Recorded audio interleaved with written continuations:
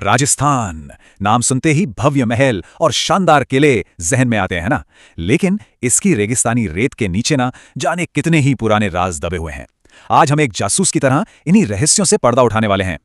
तो सवाल यही उठता है कि आखिर राजस्थान की रेत के नीचे दबी हैं तो कौन सी कहानियां हैं, वो कौन से राज हैं जो बस खोजे जाने का इंतजार कर रहे हैं। चलिए शुरू करते हैं ये पड़ताल। तो किसी भी जांच के लिए एक केस फाइल तो चाहिए है ना। तो ये रही हमारी केस फाइल। इसमें कुछ सवाल जवाब हैं जो हमारे लिए सुराग मतलब कि क्लूज का काम करेंगे। आइए एक एक करके इन सुरागों को देखते हैं और पता लगाते हैं कि ये हमें कहां ले जाते हैं। ठीक है, तो हमारा पहला सुराग ये हमें ले जाता है कला के सबसे पुराने रूपों में से एक की तरफ। हम बात कर रहे हैं उन प्राचीन कैनवस की जो हजारों साल पहले बनाए गए थे। ये वो जमाना था जब इतिहास लिखा नहीं जाता था बल्कि चट्टानों पर उकेरा जाता था। तो केस फाइल का पहला सवाल हमारे सामने है, आलेनिया में जो प्रागैतिहासिक शैल चित्र मिले मतलब जो रॉक पेंटिंग्स मिली, उनकी खोज आखिर की किसने।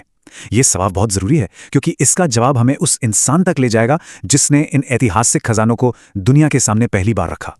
और जवाब है डॉक्टर जगत नारायण। ये नाम इस खोज के साथ हमेशा के लिए जुड़ गया है। लेकिन रुकिए, कहानी सिर्फ एक नाम पर खत्म नहीं होती। अब देखिए ये स्लाइड जो है ना, ये बहुत दिलचस्प है, खासकर इसका टाइमलाइन। सोर्स हमें बताता है कि अगस्त 1978 में डॉक्टर जगत नारायण श्रीवास्तव ने हाड़ौती इलाके में ये रॉक पेंटिंग्स खोजी थी।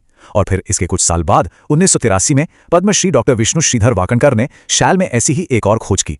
मतलब ये अलग अलग खोजें दिखाती हैं कि उस दौर में इस इलाके में कितनी पुरातात्विक हलचल चल रही थी। चलिए अब बढ़ते हैं अपने अगले सुराग की तरफ। और ये वाला सुराग ना हमें एक ऐसे कनेक्शन तक ले जाता है जिसके बारे में शायद ही किसी ने सोचा होगा। एक विदेशी कनेक्शन। ये राजस्थान की कहानी में एक इंटरनेशनल ट्विस्ट डालता है और ये साबित करता है कि ये इलाका हमेशा से दुनिया से जुड़ा हुआ था। तो दूसरा सवाल सीधा सीधा व्यापार और करेंसी से जुड़ा है। रंगमहल नाम की जगह पर जो पुराने कुषाण काल के सिक्के मिले, उन्हें कहते क्या थे। देखिए, कुषाण साम्राज्य शुरुआती सदियों में मध्य एशिया से लेकर उत्तर भारत तक फैला एक बहुत ही शक्तिशाली साम्राज्य था और उनके सिक्के उस दौर की संस्कृति और इकोनॉमी के बारे में हमें बहुत कुछ बताते हैं।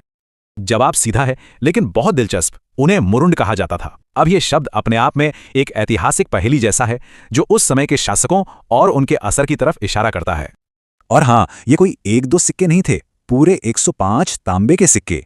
जरा सोचिए, ये संख्या बताती है कि उस जगह पर व्यापार और आर्थिक गतिविधियां कितने बड़े पैमाने पर होती होंगी। और ये स्लाइड तो पूरी कहानी को एकदम साफ कर देती है। जगह थी रंगमहल, खोजे गए 105 तांबे के सिक्के जो कुषाण और पूर्व गुप्त काल के थे। लेकिन सबसे हैरान करने वाली बात पता है क्या है कि ये खुदाई का काम लंड यूनिवर्सिटी की एक स्वीडिश टीम ने किया था। टीम में हैना रिड, होल्गर अर्भुमन और के एरिक्सन जैसे लोग थे। मतलब राजस्थान के इतिहास को उजागर करने में एक स्वीडिश कनेक्शन। कमाल है ना। अब हमारी जासूसी हमें ले जा रही है प्राचीन इंजीनियरिंग और डिफेंस सिस्टम की दुनिया में। ये सुराग हमें बताएगा कि हजारों साल पहले भी हमारे पूर्वज सुरक्षा और शहर बसाने की प्लानिंग में कितने माहिर थे। तो सवाल पर जाने से पहले जरा इस शब्द को समझ लेते हैं, दोहरी रक्षा प्राचीर। अंग्रेजी में इसे कहते हैं डबल रैम्पार्ट। इसका सीधा सा मतलब है सुरक्षा के लिए बनाई गई दो दीवारें, एक के पीछे एक अंदरूनी और एक बाहरी सुरक्षा घेरा जो किसी भी शहर को लगभग अजेय बना देता था। तो सबसे बड़ा सवाल यही है कि राजस्थान की किस पुरानी जगह से इस तरह की एडवांस्ड दोहरी रक्षा प्राचीर सिस्टम के सबूत मिले हैं। ये उस सभ्यता की इंजीनियरिंग की काबिलियत के बारे में बहुत कुछ बताता है जो आज भी हमें हैरान कर देती है। और वो जगह है कालीबंगा। ये सिंधु घाटी सभ्यता का एक बहुत बड़ा और अहम शहर था। हाँ, वही महान सभ्यता जो हजारों साल पहले इस उपमहाद्वीप में पनपी थी। ये अपनी शानदार टाउन प्लानिंग के लिए तो जानी ही जाती है और अब हम जानते हैं कि ये जबरदस्त डिफेंस सिस्टम के लिए भी जानी जाती है। तो हमने अपने सारे सुराग इकट्ठा कर लिए हैं। अब वक्त है ये देखने का कि ये सब मिलकर क्या कहानी सुनाते हैं। और ये एक ऐसी कहानी है जो अभी भी लिखी जा रही है, जिसकी हर नई खोज के साथ एक नया पन्ना जुड़ता जा रहा है। ये टेबल हमारी पूरी जांच का निचोड़ है, एकदम साफ साफ। आलनिया से मिले प्रागैतिहासिक शैल चित्र, रंगमहल से कुषाण काल के 105 तांबे के सिक्के और कालीबंगा से सिंधु घाटी सभ्यता की दोहरी रक्षा प्राचीर। हर खोज इतिहास के एक अलग दौर का दरवाजा खोलती है जो हमें राजस्थान के शानदार अतीत की एक झलक दिखाती है। और ये सब हमें एक जरूरी बात की याद दिलाता है कि इतिहास सिर्फ तथ्यों का एक रुका हुआ संग्रह नहीं है बल्कि एक लगातार चलने वाली जांच है। आज हमने जो सुराग देखे हैं ना, वो एक बहुत बड़ी और अभी भी सुलझ रही पहेली के बस कुछ टुकड़े हैं। तो हम अपनी बात इस सवाल के साथ खत्म करते हैं। आज जो सुराग हमारे सामने हैं वो भविष्य में राजस्थान के बारे में कौन सी नई कहानियां कहेंगे। सोचिए, जैसे जैसे टेक्नोलॉजी आगे बढ़ेगी, नई खोजें होंगी, क्या पता ये छोटे छोटे टुकड़े मिलकर एक पूरी की पूरी नई कहानी बना दें। खोज अभी जारी। नाम सुनते ही क्या आता है जहन में? भव्य किले, आलीशान महल, राजा महाराजाओं की कहानियां, है ना? लेकिन क्या ये ही पूरा सच है? क्या ये कहानी यहीं से शुरू होती है? मैं कहूंगा बिल्कुल नहीं।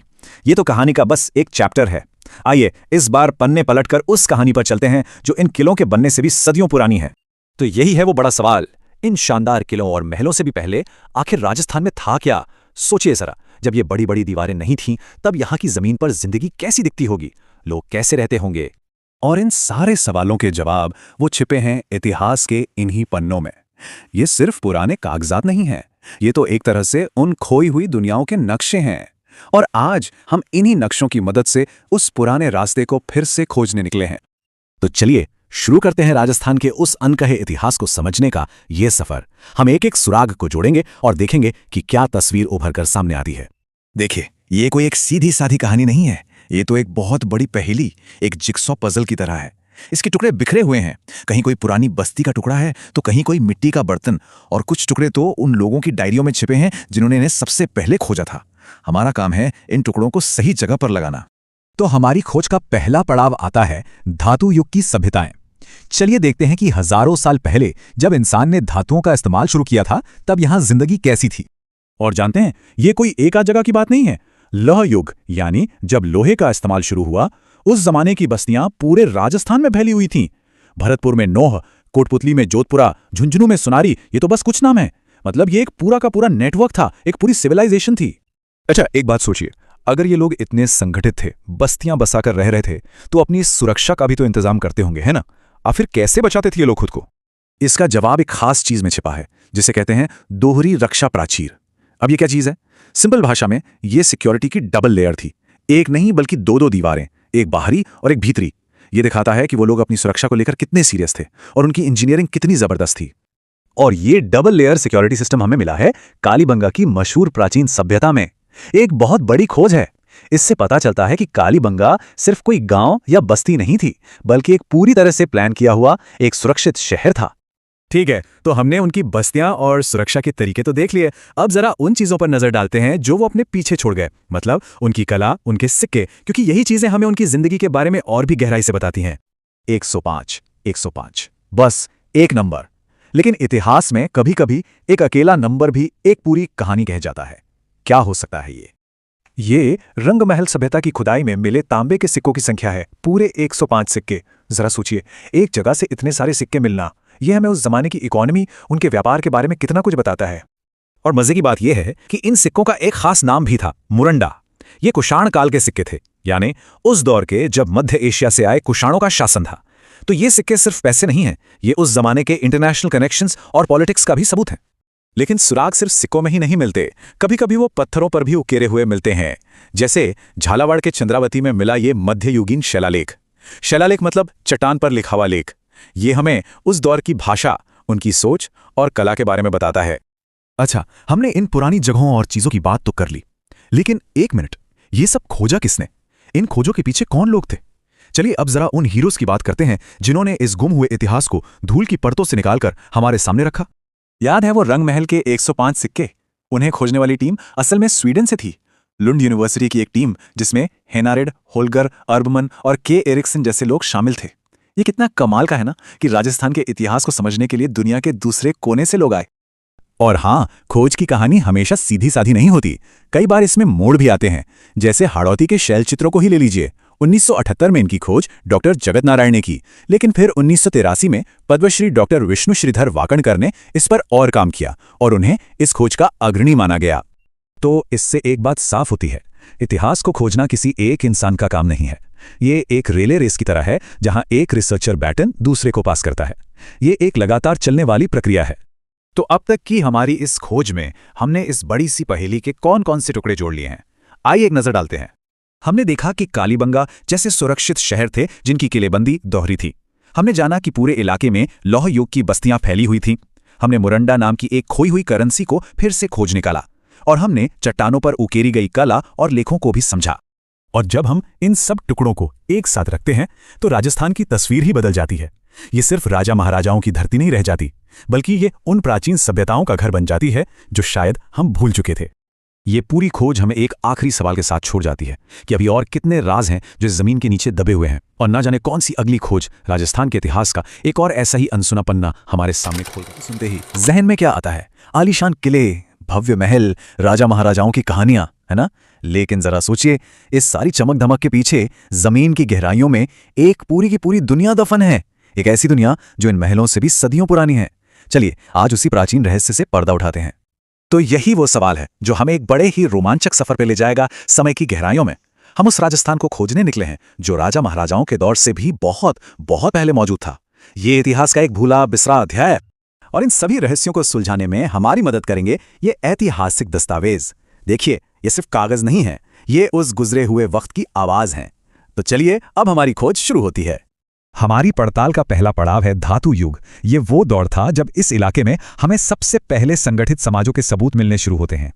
जरा सोचकर देखिए, महाराजाओं के आने से सदियों पहले इसी धरती पर एक बहुत ही उन्नत लौह युग की सभ्यता फल फूल रही थी। ये वो लोग थे जिन्होंने लोहे की ताकत को समझा और उसी से अपने भविष्य को एक नई शक्ल दी। पुरातत्वविदों को 3 बहुत ही खास लोहे युगीन स्थल मिले हैं: भरतपुर में नौह, कोटपुतली में जोधपुरा और झुंझुनू में सुनारी। ये जगह उस प्राचीन सभ्यता के कह सकते हैं धड़कते हुए दिल की तरह थी। अच्छा, यहां एक बड़ा सवाल उठता है, बस्तियां तो थीं, पर उनकी सुरक्षा का क्या? यही सवाल हमें एक और प्राचीन शहर की एक बड़ी ही असाधारण चीज की तरफ ले जाता है। ये कोई मामूली दीवार नहीं थी, हम बात कर रहे हैं सुरक्षा की दोहरी परत की। मतलब आज से हजारों साल पहले भी लोग अपनी बस्तियों को सुरक्षित रखने के लिए कितनी एडवांस्ड इंजीनियरिंग का इस्तेमाल करते थे। जी हां, वो जगह थी कालीबंगा। यहां जो दोहरी रक्षा प्राचीर मिली है वो उस जमाने की शहरी प्लानिंग और डिफेंस सिस्टम की समझ को दिखाती है। ये सिर्फ सुरक्षा नहीं बल्कि एक बेहद व्यवस्थित समाज का प्रतीक था। चलिए अब बस्तियों और इमारतों से थोड़ा आगे बढ़ते हैं और उन चीजों पर ध्यान देते हैं जो हमें उस समय की रोजमर्रा की जिंदगी के बारे में बताती हैं। ये तो एक कमाल की खोज है, पत्थर की एक कुल्हाड़ी जिस पर चित्रकारी की गई है।